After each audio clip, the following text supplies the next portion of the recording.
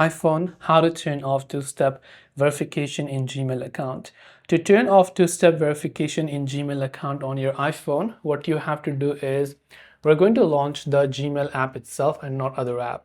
Log into the appropriate Google or Gmail account where you'd like to turn off your two-step verification. Then tap on the profile icon from the top right. Then go to manage your Google account. Now, when you go to manage your Google account, you're going to come here. We're going to go to the option that says security. From security, you can simply scroll down and you can see two-step verification is enabled. So you can simply select that. And after you select that, you can simply follow the on-screen instructions. So you can just first of all verify with your passkey. Then when you've done that, you can go ahead and then basically after you go ahead and verify that, you will then be able to go ahead and then basically turn off two-step verification for that certain Gmail account. This way you can turn off two-step verification for a Gmail account.